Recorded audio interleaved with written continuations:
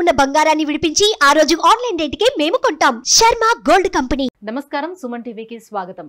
వారాహి అమ్మవారి దీక్ష ఎలా చేసుకోవాలి? ఈ వారాహి అమ్మవారి యొక్క వైశిష్ట్యం ఏమిటి? దీక్ష చేసేటప్పుడు ఎటువంటి నియమ నిబంధనలు అనేవి వర్తిస్తాయి? ఎవరు ఈ దీక్షను చేపట్టవచ్చు?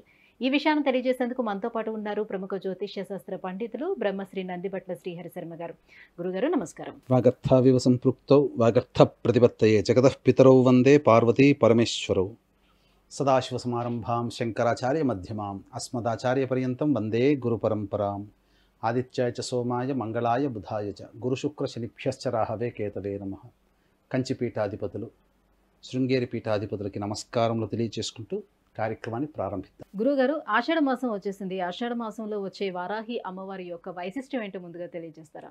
ఆషాఢ మాసంలో పాడ్యం నుంచి మొదలుకొని నవమి వరకు జరుపుకునేటువంటి నవరాత్రులని గుప్త నవరాత్రులు అని అంటారు. సాధారణంగా మనకు ఉన్నవి చాలా మటుకు ప్రజాదరణలో ఉన్నవి 4 నవరాత్రులు. లలిత అమ్మవారిని ఉద్దేశించి చేసేటువంటి వసంత నవరాత్రులు, ఆషాఢ మాసంలో వారాహి దేవతని ఉద్దేశించి చేసేటువంటి, ఎందుకంటే ఈ లలిత అమ్మవారి యొక్క గణాలలో ప్రధానమైన దేవతలు వీళ్ళు. గుప్త నవరాత్రులు ఆషాఢ మాసంలో వస్తాయి. అలాగే దుర్గా నవరాత్రులు ఆశ్వీజ మాసంలో వస్తాయి. ఇక మనకు ప్రధానంగా శ్యామ నవరాత్రులు అనేటువంటివి మాఘమాసంలో వస్తాయి. లలిత అమ్మవారు సహజ శక్తి స్వరూపిణి. ఈ యొక్క దుష్టులని సంహరించడం కోసం ఉద్భవించినటువంటి అమ్మవారు చండి. ఈ యొక్క అమ్మవారికి సైన్యాధ్యక్షురాలుగా, సైన్యాధిపతిగా ఈ వారాహి అమ్మవారు, అలాగే మంత్రినిగా రాజరాజేశ్వరి అమ్మవారు ఉండడం. కాబట్టి ఈ యొక్క గణాలకి సంబంధించినటువంటి నవరాత్రి ఆచరణ విధానం అనేటువంటిది మనకున్నది. ముఖ్యంగా ఇందులోనే పేరులోనే ఉంది గుప్తము, అంటే రహస్యముగా చేసుకునేటువంటి నవరాత్రులు. అంటే ఎవరికి మన కోరిక ఎవరికి చెప్పాల్సిన అవసరం లేదు, మనస్సులోనే తలుచుకుంటూ అమ్మవారిని ఆజ్ఞ పొందడం, అలాగే అమ్మవారి యొక్క అనుగ్రహం పొందడం, ఇవన్నీ చేసుకునే గుప్త నవరాత్రులు ఈ వారాహి నవరాత్రులు. దండనాయకి, మనకు ఇక్కడ నాయిక, నాయకుడు, నాయిక కాబట్టి నాయకి కాదు, దండనాయక. ఈ అమ్మవారిని ప్రధానంగా ఎందుకు ఆరాధిస్తారు అని అంటే, ముఖ్యంగా అమ్మవారి చేతిలో ఉన్నటువంటి, అంటే ఏ దేవత అయినా కానీ ఆ దేవత యొక్క ధ్యానములో, ఆ దేవత యొక్క చిత్రపటంలో ఆ అమ్మవారి యొక్క వైశిష్ట్యం కనబడుతుంది. నాగలి, అలాగే రోకలి, ఇవన్నీ ఉంటాయి అమ్మవారి యొక్క ఆయుధాల్లో. అంటే ఏంటంటే సస్యాది దేవత. వీక్షించేటువంటి సుమన్ టీవీ ప్రేక్షకుల్లో ఎవరైనా కానీ రైతులు కానీ ఉన్నట్లయితే, ఈ ఆషాఢ మాసం మీ యొక్క పొలంలో ఆషాఢ మాసంలో మొదటి రోజున ఆ వారాహి అమ్మవారికి చిత్రపటానికి నమస్కారం చేసుకొని కొబ్బరికాయ కొట్టి 9 రోజులు పూజ చేసుకొని 9 రోజుల పాటు దుక్కి దున్నినట్లయితే విశేషమైనటువంటి పంట లభిస్తుందని అంటారు. సస్యాది దేవతగా ఈ అమ్మవారిని కీర్తిస్తారు. ముఖ్యంగా భూ సంబంధమైనటువంటి వ్యవహారాల్లో కోరికలు ఉంటాయి. ఇల్లు కావాలి, పొలం కావాలి, వాహనం కావాలనే కోరికతో ఉంటుంటారు, సొంత ఇల్లు కావాలని. అటువంటి వారికి ఈ అమ్మవారి ఆరాధన చేయడం వల్ల చాలా మంచి విశేషం కలుగుతుంది. అలాగే లక్ష్మీ ఆరాధన, కలికాలంలో లక్ష్మీ యొక్క అనుగ్రహం ఉంటే, ధనమిదం మూల జగత్ కాబట్టి డబ్బు గనక ఉంటే మనిషికి అన్ని కోరికలు తీర్చుకోగలుగుతాడు. అందుకనే మనకు లక్ష్మీ సహస్రనామావళిలో వారాహి అనేటువంటి నామం కూడా లక్ష్మికి ఉంది. కాబట్టి లక్ష్మీ యొక్క అనుగ్రహం కోసం ఈ యొక్క అమ్మవారిని విశేషంగా పూజిస్తారు. ఇంకా కోర్టు సమస్యలు కావచ్చు. ముఖ్యంగా ఈ అమ్మవారి యొక్క స్వరూపం ఏంటమ్మా? దండనాయిక. అంటే భండాసురుని సంహరించడం కోసం ఉద్భవించినటువంటి అమ్మవారు. కాబట్టి ఈ అమ్మవారిని పూజించినటువంటి వాళ్ళకి శత్రునాశనం కలుగుతుంది. ఈ అమ్మవారిని ఎవరైతే ఉపాసన చేస్తారో, ఈ అమ్మవారిని ఎవరైతే గట్టిగా పూజ చేస్తారో, ఈ అమ్మవారు నీడలా రక్షించుకుంటుందట ఆ మనిషిని. అందుకనే పూర్వకాలంలో ఉపాసనల్లో మేటి ఉపాసన ఉన్నటువంటి వాళ్ళకి ఒక సామెత ఉందమ్మా. ప్రత్యంగిరావాడి పంచన, వారాహివాడి వాకిట, శరభవాడి చెంతన ఉండకూడదు అని అంటారు. అంటే ఏంటి? ప్రత్యంగిరవాడి పంచన, ప్రత్యంగిర ఉపాసనాపరుడి పక్కన ఉంటే మనలో ఉన్న బలాన్ని అంతా లాగేస్తాడు. అంటే వాలి ముందర ఎవరు యుద్ధం చేసినా సగం బలం వాలికి వెళ్ళిపోతుంది కదా, అలా. వారాహివాడి వాకిట అనంటే వారాహివాడి శత్రువు ఆ ఇంటి ముందు నుంచి వెళ్ళినా కానీ భక్షిస్తుందట అమ్మవారు, అంత రక్షించుకుంటుందట వారాహి ఉపాసన చేసేవాడిని. శరభవాడి చెంతన అంటే మీకు కర్ణాటకలో ఎక్కువగా ఉంటారు ఈ యొక్క ఈశ్వరుణ్ణి శరభుని రూపంలో పూజించుకునే శరభ సాల్వేశ్వరుడు అని అంటారు. అంటే ప్రత్యంగిర స్త్రీ రూపం అయితే శరభ సాల్వేశ్వరుడు సేమ్ అదే రూపముగా ఉండి పురుషుడి రూపం. అందుకనే శరభ శరభ అశరభ దశరభ అంటే మనలో ఒక ఉత్సాహం ఉప్పొంగుతుంది. 10 సార్లు అనుకోనండి, పొయ్యి ఎక్కడైనా కొట్టి గట్టిగా కొట్టాలి, చేత్తో ఎక్కడైనా కొట్టాలనిపిస్తుంది. అందుకే శరభవాడి చెంతన ఉండకూడదు అంటారు. అంటే ఏంటి, వాడి పక్కన ఉంటే ఎప్పుడు మనల్ని కొడతాడో తెలియదు. శరభ ఉపాసన చేసేవాడిని అంతటి బలాన్ని ఇస్తాయి. కాబట్టి వారాహి అమ్మవారు తామస దేవత. అయితే గుప్తముగా చేసుకునేటువంటిది కేవలం ఉపాసన పరులు మాత్రమే చేసుకోవాలి. అయితే ఈ కాలానికి సామాన్య మానవులు కూడా ఆచరించదగినటువంటి విధానంగా చేసుకొని ఆచరించవచ్చు.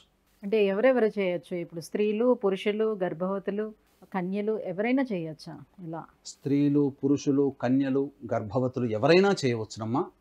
కాకపోతే నియమాన్ని పాటించుకుంటూ చేసుకోవాలి. ముఖ్యంగా గర్భవతులకైతే శాస్త్రం ప్రకారం కొన్ని చోట్ల 5 నెలలు దాటిన తర్వాత పురిటితో సమానం, సూతకంతో సమానం. కొన్ని చోట్ల 7 నెలల వరకు అర్హత ఉంటుంది. 7వ నెల దాటింది, 7వ నెల వచ్చింది అని అంటే ఇక పురిటి సూతకంతో సమానం. కాబట్టి ఆ విధంగా 7 నెలల లోపల ఉన్నవాళ్ళు ఈ దేవతను ఆరాధించవచ్చు. కాకపోతే నా ఉద్దేశం ప్రకారము అంటే ఈ దీక్ష చాలా కఠినంగా ఉంటుందని చెప్తారు. అంత కఠినమైన దీక్ష గర్భవతులు చేయగలుగుతారా? అంటే దీక్ష కఠినం అంటే కటిక శయనం అంటే ఏంటి, నేల మీద పడుకోవడం, సాత్విక ఆహారాన్ని భుజించడం, అలాగే బ్రహ్మచర్య వ్రతాన్ని ఆచరించడం, సత్యమే పలకడం, ఎక్కువగా మౌనంగా ఉండడం, ఎక్కువసేపు దైవధ్యానంలో ఉండడం, ఇవన్నీ చేసుకోవాలమ్మా. కాబట్టి ఇంత నియమాల్ని పాటించగలము అని అంటేనే ముట్టుకోవాలి. లేదండి మాకు అంతటి శక్తి అంటే మనస్సు అంతగా ఉండదు, మాది చంచలమైన మనస్సు అనుకున్నప్పుడు అమ్మవారికి నమస్కారం చేసుకొని అమ్మవారికి సంబంధించినటువంటి షోడశనామావళి, ద్వాదశనామావళి, లేకపోతే ఈ అమ్మవారి సాధారణంగా పంచోపచారాలతో కానీ లేదా షోడశోపచారాలతో కానీ పూజ చేసుకోవచ్చు, తప్పులేదు. కానీ ఖచ్చితంగా అమ్మవారి యొక్క స్తోత్రము, పంజర స్తోత్రం అనేటువంటిది పారాయణం చేయాల్సిందే. ఏ విధంగా చేసుకోవాలనేది కూడా ఈ కార్యక్రమంలో తెలుసుకుందాం అమ్మ. అయితే గురుగారు, ఉదయం వేళ పూజ ప్రాధాన్యతను సంతరించుకుంటుందా లేకపోతే రాత్రి వేళ ఈ అమ్మవారికి ఎక్కువగా ఏది? అంటే ఈ విధానంలో సాధారణంగా తత్వాన్ని బట్టి మనం చేసుకోవాలమ్మా. ఎవరు ఏ తత్వమైనటువంటి భావనతో చేస్తున్నారో అనే దాని మీద ఆధారపడి ఉంటుంది. మనము దక్షిణాచారము, సమయాచారం ప్రకారము అంటే సాత్వికమైనటువంటి మనుషులం, మనకే కోరికలు ఉండవు, అమ్మవారి అనుగ్రహం ఉంటే చాలా. ఇప్పుడు మనిషికి చిన్నపిల్లవాడు ఉన్నాడండి, చాక్లెట్ కావాలని అడిగితే వాడి దగ్గర చేతిలో ఉంటే తీసుకుంటే 2-3 చేతులు వస్తాయి. అదే మనం ఇచ్చామనుకోండి, మన పిడికిలి పెద్దది కదా, వాడి జేబు నిండుతుంది. అలాగే అమ్మవారిని నీవే దిక్కమ్మా, నీవే చూసుకోమ్మా అంటే అమ్మవారు మనం కోరుకున్న దానికన్నా 100 రెట్ల ఫలితం మనకిస్తుంది. కాబట్టి ఎటువంటి కోరిక లేకుండా దైవానుగ్రహం, నీ అనుగ్రహం ఉంటే చాలమనే భావనతో కనుక మొదలు పెట్టుకుంటే చాలా మంచిది. సాత్వికమైనటువంటి భావనతో ఉంటే, తామసమైనటువంటి భావన ఉన్నటువంటి వాడికి ఇది అంతగా మంచి జరగదాం. ఎందుకనంటే సాధారణంగా ఈ అమ్మవారు తామస దేవత, సప్తమాతృకలలో ఒకటి అమ్మవారు వారాహి. ఈ అమ్మవారిని ఉపాసన చేసినటువంటి సమయంలో చాలా మటుకు సాత్వికమైనటువంటి భావనలో ఉండాలి. అందుకనే తామస దేవత అయినటువంటి అమ్మవారికి నైవేద్యముగా పానకం ఇస్తారు. పానకం ఎందుకు ఇస్తారమ్మా? మనిషిలో ఉండే కోపము, ఆగ్రహం తగ్గడానికే కదా. ఆనాడు లక్ష్మీ నరసింహస్వామికి పానకం ఇచ్చే కదా ఆగ్రహాన్ని తగ్గించింది. ఇది ఇందులో ఉన్నటువంటి అంతరార్థం. కాబట్టి తామస దేవత రూపంగా కాకుండా సాత్వికమైనటువంటి దేవతా రూపంతో చేసుకుంటే చాలా మంచిది. కాకపోతే ఈ సాత్వికమైనటువంటి రూపంతో చేసుకునేటువంటి మానవులు ఎవరైతే ఉన్నారో వాళ్ళు బ్రహ్మ ముహూర్త కాలంలో, అనగా 3 గంటలకు లేచి కాలకృత్యాదులు తీర్చుకొని సూర్యోదయం కంటే ముందే ఈ యొక్క పూజను కనుక చేసుకొని ఆచరించుకున్నట్లయితే మంచి శుభ ఫలితాలు పొందుతారు. కొంతమంది తామసము ఉగ్ర రూపంగా పొలుచుకునేటట్టయితే రాత్రి 9 తర్వాత చేసుకో. అయితే ఈ మధ్యకాలంలో మనం దీక్షలు ఏవైనా చేపట్టేటప్పుడు ఆ దీక్షకు సంబంధించి కొన్ని వస్త్రాలు కూడా వస్తున్నాయి కదా, అలా ఏమైనా ప్రత్యేకమైనటువంటి వస్త్రధారణ చేయాల్సిన అవసరం ఉంటుందా? దీనికి ఎటువంటి ప్రయోజనాలు కలుగుతాయి ఈ దీక్ష చేయటం వల్ల? సాధారణంగా అమ్మవారికి ఎవరికైనా ఎరుపు రంగు అంటే మహాప్రీతికరం. ఎరుపు వస్త్రాలని ధరించితే చాలా మంచిది. కాకపోతే అమ్మవారిని విగ్రహ రూపంలో కొలవడం మాత్రం మనం చేయకూడదు. విగ్రహాలు తెచ్చుకుంటే అంగుష్ట ప్రమాణం వరకు ఏ విగ్రహమైనా పర్వాలేదు, దీన్ని మించిందైతే నైవేద్యం పెడుతూ పోవాలి. ఎంత మించితే అంత నైవేద్యం పెట్టాలి. ఆ అమ్మవారిని మనం తృప్తిపరచడం మన వల్ల కాదమ్మా, కఠోరమైనటువంటి నియమాలు పాటించినటువంటి వాళ్ళకే ఉంటుంది. కాబట్టి సాధారణంగా వీక్షించేటువంటి సుమన్ టీవీ ప్రేక్షకులు అమ్మవారి యొక్క చిత్రపటము తెలుపు వర్ణములో అమ్మవారు తెలుపు వస్త్రము ధరించి తెలుపు వర్ణంలో ఉన్నటువంటి అమ్మవారిని ఆరాధిస్తే తొందరగా కటాక్షిస్తుందట, అంత తొందరగా కటాక్షిస్తుందట. కాబట్టి శ్వేతవర్ణం ఉండాలి, కిరీటంతో సహా శ్వేతవర్ణం ఉండాలి. చాలామంది ఇప్పుడు చాలా ఏఐ టెక్నాలజీ వచ్చింది, చాలా విఎఫ్ఎక్స్లు అన్నీ చేశారు కదా, అమ్మవారిని చాలా శ్యామ అంటే చీకటి అనే అర్థం, కానీ శ్యామ అనే అర్థాన్ని నలుపు అనే అర్థంతో పట్టుకొచ్చి అమ్మవారిని నలుపు రంగులో కూడా చూస్తున్నారు ఫోటోలలో. తప్పమ్మ, తెల్లటి వర్ణముతో ఉన్నది. ఎందుకనంటే దేవతా సంబంధమైనటువంటి వృక్షములు కానీ జంతువులు కానీ ఏవైనా తెలుపు రంగు విశేషం. తెలుపు రంగు ఎలుకలు, తెలుపు రంగు సర్పాలు, శ్వేత సర్పము, తెలుపు రంగులో ఉన్నటువంటి వాటికి పందులు కూడా, అంటే వరాహం అంటే పంది రూపమే కదమ్మా. కాబట్టి తెలుపు రంగులో ఉన్నటువంటి అమ్మవారి చిత్రపటాన్ని తెచ్చుకొని పూజా విధానం చేసుకుంటే చాలా మంచిది. గురుగారు, దీని ఉద్యాపన ఈ సంవత్సరం 14వ తారీఖున చేసుకోవాలి అని కొంతమంది, 15వ తారీఖున ఈ దీక్ష ఉద్యాపన చేసుకోవాలని కొంతమంది చెప్తున్నారు. నిజానికి ఎప్పుడు చేసుకోవాలని అంటారు? ఇక్కడ ప్రధానంగా గమనించుకోవాల్సిన అంశం ఏంటంటే, ఇంతకుముందు చెప్పుకున్నట్టుగా 2 రకాల భావనలతో చేసేటువంటి వాళ్ళకి ఈ యొక్క ఉద్యాపన నియమం చెప్పబడి ఉంది. రాత్రిపూట పూజ చేసుకునే వాళ్ళకైతే 14వ తారీఖు రోజునే చేసుకోవాలి. ఎందుకంటే సాయంత్రం 5 చిల్లరకి అష్టమి వెళ్ళిపోతుంది 14వ తారీఖు. నవమి తిథి 14వ తారీఖు రాత్రికి వస్తుంది. కాబట్టి రాత్రి సమయంలో నవమి తిథి ఉంటుంది. కాబట్టి 14వ తారీఖు రోజున పూజ చేసుకుని ఉద్యాపన చేసుకోవాలి. ఉదయం సమయంలో పూజ చేసుకునే వ్యక్తులైతే 15వ తారీఖు నాడు ఉద్యాపన చేసుకోవాలి. గురుగారు, మరి ఈ 9 రోజుల పాటు దీక్ష చేపట్టలేని వాళ్ళు, అలాగే ఎవరైనా ఈ దీక్షను ప్రారంభించే స్త్రీలు దీక్షను ప్రారంభించిన తర్వాత ఒకవేళ రజస్వల అయితే ఎలా చేయొచ్చు అని అంటారు పూజని? సాధారణంగా నవరాత్రి విధానము, సప్తరాత్రి విధానము, పాంచరాత్ర విధానము, త్రిరాత్ర విధానం అనేటువంటిది ఉంది. త్రయాహ్నిక దీక్ష, పంచాహ్నిక దీక్ష, సప్తాహ్నిక దీక్ష, నవాహ్నిక దీక్ష అని అంటారు వీటిని. అంటే శక్తి కలిగి ఉండి భక్తి మనకు ఉంటే ఖచ్చితంగా 9 రోజులు దీక్షగా చేసుకోవడం చాలా మంచిది. లేని పక్షంలో 7 రోజులైన సప్తాహ్నిక దీక్షగా, లేని రోజుల్లో 5 రోజులైన పంచాహ్నిక దీక్షల, లేకపోతే కనీసము 3 రోజులైన సప్తమి, అష్టమి, నవమి ఈ 3 తిథులలో గనక చేసుకుంటే ఖచ్చితంగా ఆ అమ్మవారి యొక్క అనుగ్రహాన్ని పొందుతారు. కాబట్టి విడనాడకండి. చేసుకోవాలనే సంకల్పం ఉన్నవాళ్ళు చక్కగా చేసుకోండి. అలాగే కార్యక్రమం మొదలుపెట్టిన తర్వాత ఎంతో సంతోషంతో మొదలు పెడతారు కొంతమంది, ఎందుకంటే ఎక్కువగా పూజ చేసుకునేది ఆడవాళ్లే కాబట్టి. మధ్యలో ప్రకృతి పరంగా వచ్చేటువంటి రజస్వల నియమాలని ఎవరూ ఆపలేరు.